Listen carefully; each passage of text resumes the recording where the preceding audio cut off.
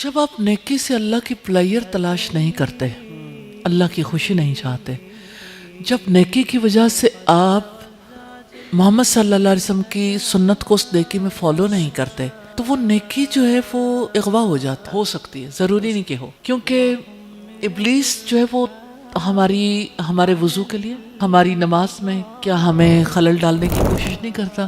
آپ لوگوں سے کتنے لوگ ہیں جو نماز میں ایکسپیرینس کرتے ہوں کہ ادھر ادھر کی باتیں بہت یاد آتی ہیں؟ میرا خیال ہم میں سے کوئی نہیں ہوگا جس کو خیالات نہ آتے ہوں، ہر کسی کو آتے ہیں۔ یعنی میں صرف یہ کہنا چاہتی ہوں کہ تجربہ ہر کوئی کرتا ہے نا، کہ حملے ہوتے رہتے ہیں، کہ انسان کے دل میں خیال آتے رہتے ہیں۔ تو ابلیس تو ہر نیکی کو، یعنی نماز کا رخ وہ بدلنا چاہتا ہے کہ انسان اللہ کو یاد نہ کر سکے، وضو کرتے ہوئے انسان کچھ اور سوچ لے، اچھا دعا مانگتے ہوئے جلدی کر لے کہ وہ دعا جو وہ بیچ میں رہ جائے، اتنا خشوع نہ رہے۔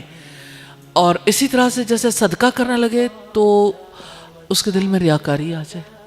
اپنے کسی نیک عمل کے بارے میں اگر کسی کے دل میں یہ آئے کہ لوگوں کو پتہ چل جائے، تو اللہ کی خوشی کے لیے نہیں ہے، وہ ریاکاری ہے، شرک اصغر ہے۔ جس وقت کوئی انسان نیکی کرتے ہوئے اپنی نیکی کو سنبھالتا نہیں، اس کو پروٹیکٹ نہیں کرتا، اور نیکی کو سنبھالا کیسے جا سکتا؟ نیکی کی پروٹیکشن ضروری ہے۔ جیسے دیکھیں، کیا کسان اپنی فصل کی حفاظت نہیں کرتا؟ اس کو کرنی ہوتی، کیونکہ جس وقت یعنی جیسے کاٹن کی فصل ہے، چاہے بیج بویا، بہت اچھا بیج تھا، اس کو کھاد بھی دی، اس کو پانی بھی دیا، لیکن ایک سٹیج پہ آ کے اس پر دشمن کیڑے حملہ کر دیتے، تو اس پہ اسپرے کرنا ہوتا ہے تاکہ جو ہے وہ فصل بچ جائے، صرف ایک بار نہیں، بار بار، تاکہ جو ہے وہ اس فصل سے فائدہ اٹھایا جا سکے۔ تو جیسے فصل کے لیے دشمن کیڑوں سے حفاظت ضروری ہے، ایسا نیکی کی فصل کو بھی بچانے کی ضرورت ہے، اس کو پروٹیکٹ کرنے کی ضرورت۔ ایک یہ کہ ویسے ہمارے یہاں عام طور پر کہا جاتا ہے نیکی کر دریا میں ڈال، اس سے مراد یہ ہے کہ نیکی کر کے تو اس کا احسان نہ جتلاؤ۔